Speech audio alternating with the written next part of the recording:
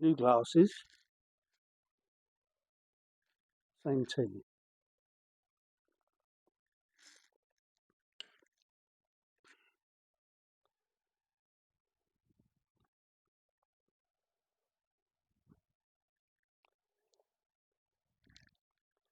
It took him no more than a couple of trips from the car and back to carry in his possessions, which he sulkily piled into a corner. A fleeting inventory of his worldly goods reminded him, if he needed reminding, how little he was worth. He was willing to bet that the sale of his tragic heap of junk would barely fetch enough at auction to buy a tankful of petrol to carry him away from this nightmare. By nightfall, Wordsworth's level of misery was off the scale. His shed was no better than a hovel in a refugee camp. It was not possible that he could have fallen this far. In London, people in his situation slept in doorways, huddled up in bundles of rags. How is it even feasible that he could now be numbered among Britain's homeless population? He once had status, he had a position, he had it all. He searched his history to expose the people responsible for his undoing, those who had turned their backs on him. The list was long, and the inventory only served to deepen his despair. Of course, there was no chance of sleep. There would be spiders, or worse, rats. He imagined them climbing up the legs of the bench and sniffing his face. He didn't dare open his eyes, but the effort to keep them so tightly shut was exhausting. The creatures he could hear snuffling around outside were not a major problem. It was the imagined beast that inside really troubled him. There would surely be bats in the hut, waiting to suck his blood. Did bats suck blood? He wasn't entirely sure, but he wouldn't put it past them. He was itching uncontrollably now. He couldn't stay in this awful place, of course. A week, 2 at most. Then once he got himself established, maybe he could get some freelance work with a small provincial advertising agency. Experience like his was a rare commodity, especially in this bleak backwater. He was certain that he would only need to walk into one of these hayseed establishments and they'd fall at his feet. The future was already looking brighter. Then a primal animal howl outside brought him suddenly vertical and shaking. He hardly dared to breathe, not wishing to give away his presence to whatever it was, lest it was hungry. There was nothing to hand that he might use as a weapon to protect himself, and never before had he felt so totally vulnerable. He sat upright for an hour, maybe more. There was no way of knowing. The darkness inside was total. Lying on the hard bench with just his hold-all for a pillow was too excruciatingly uncomfortable. Sleep would never come. Finally, and very tentatively, he stepped down from the bench. Feeling his way around the space full of obstacles made him think that this must be how the blind found their way. Slowly his fears began to leave him. Finding himself at the door, he opened it and stepped out onto the platform and slowly made his way down the wooden steps. His eyes were now becoming adjusted to the darkness, and he picked out, some considerable distance upstream, a few house lights. Their faint reflections in the water rippled to within a few feet of where he was now standing. The crystal clear night sky was as black as the land, and without the companionship of the moon, his isolation felt complete. He looked up at the deep blackness of the sky, slowly becoming aware that in all his many years on this hard earth, he had never seen a night sky, never seen its endless bejeweled depth and the immense suspended universe.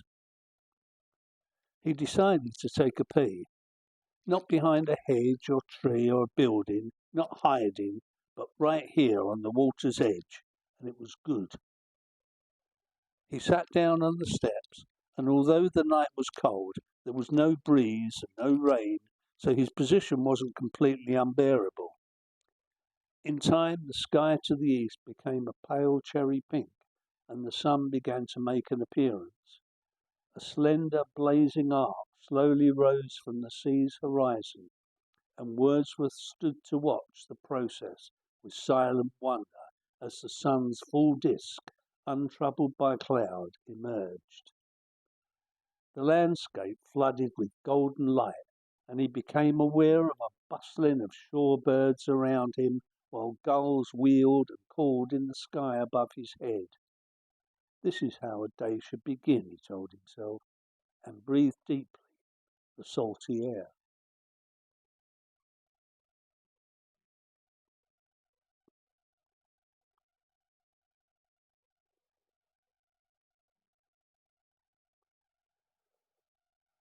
Later that morning, Wordsworth met Bronco whilst walking back from the public toilets that had taken him an entire day to discover. Morning, he said. Morning, said Bronco. Your car's fixed. Oh, brilliant. What was the problem? No petrol. You owe me 20 quid. Oh, I see, said Wordsworth, slightly shamefaced. Thank you. My wallet's in the hut. I'll get the money. Have you got a vacuum cleaner I could borrow? I've got a broom. Yes, of course. Thanks. Also, I had a terrible night sleeping on the bench. Where would be a good place to buy a mattress?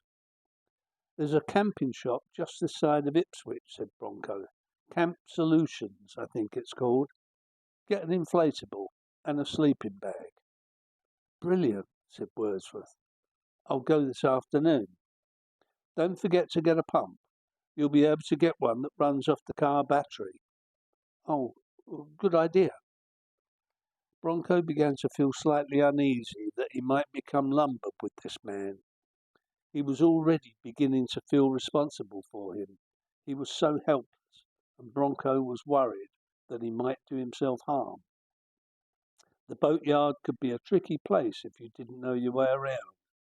Now, for example, he was watching Wordsworth wrestling with the double doors on the hut, which he found amusing until a gust of wind caught the door, causing it to swing violently open, pinning Wordsworth to the wooden rail.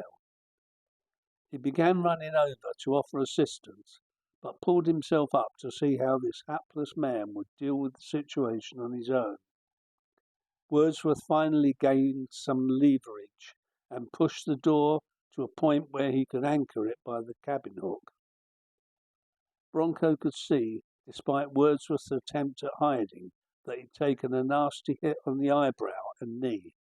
Both wounds were running with blood, and the blood stains were now seeping through the linen of his trousers and down his face onto his collar. He looked a tragic mess. Bronco rolled his eyes and gave a theatrical sigh. Hold on, I'll get you cleaned up in a minute, he said. Wait here and I'll fetch some TCP. Wordsworth climbed onto a workbench and bravely held back the tears. After a few minutes, Bronco returned carrying a plastic washing up bowl full of steaming water, some J-cloths, and a bottle of disinfectant. That eye looks nasty. I think you should get a shiner from that. Now steady yourself, this might sting.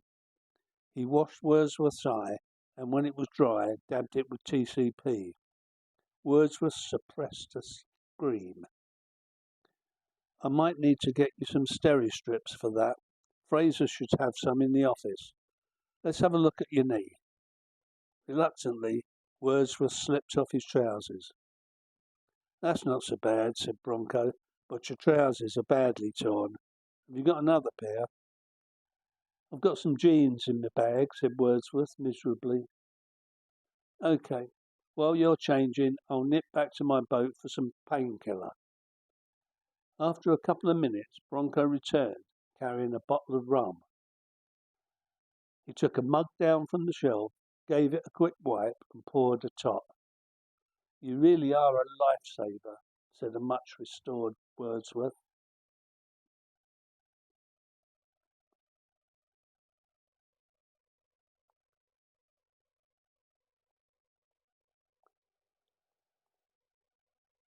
At the end of his shift on the ferry, Bronco bought Wordsworth a broom and an old.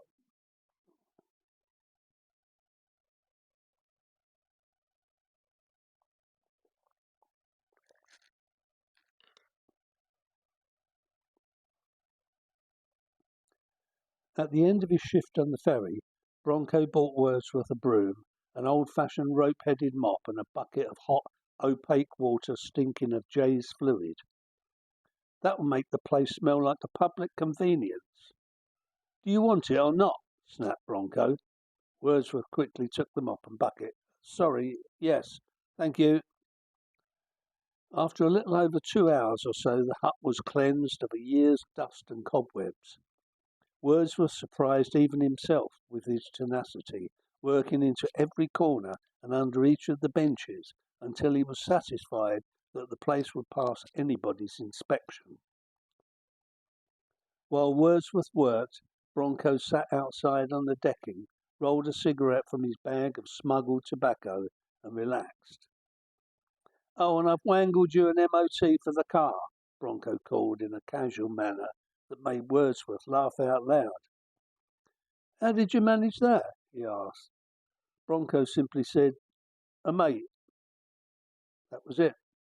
The Volvo was now completely legal, as a few months were left on the insurance and road tax, so Wordsworth asked no further questions. Now that he was mobile again, he drove to the nearest supermarket and bought some supplies. He felt liberated and was beginning to enjoy this dangerous new life that he'd stumbled upon. He bought his basic groceries like tea, coffee and other essentials, and then remembered to go back and get some wine. He snapped up some tea towels and a few cloths from the factory shop in Ipswich. On the way home, he called into Camp Solutions and bought an inflatable mattress and sleeping bag as Bronco had instructed. On Sunday morning, he picked up some plates, a frying pan and a set of cheap aluminium saucepans, cutlery and cooking utensils from a nearby car boot sale. It amused him to discover how much he actually enjoyed this domestic process, especially the bargain hunting. This was a complete novelty to a man who had previously thought nothing of spending £800 on a suit that, within a couple of days of his arrival at the ferry, had become spattered with blood, mud, and torn at the knees. Weeks passed, and Wordsworth was keeping his head down, hoping that Fraser, the boatyard manager, wouldn't suddenly become aware of his continuing presence and decide to evict him. He didn't, and the weeks turned into months as Wordsworth began to feel completely at home. He had made the cabin tolerably comfortable and passed the summer sketching boats on the estuary and the various houseboats permanently moored on the mud around the yard. He was prudent with money, learning for the first time in his life how to go without.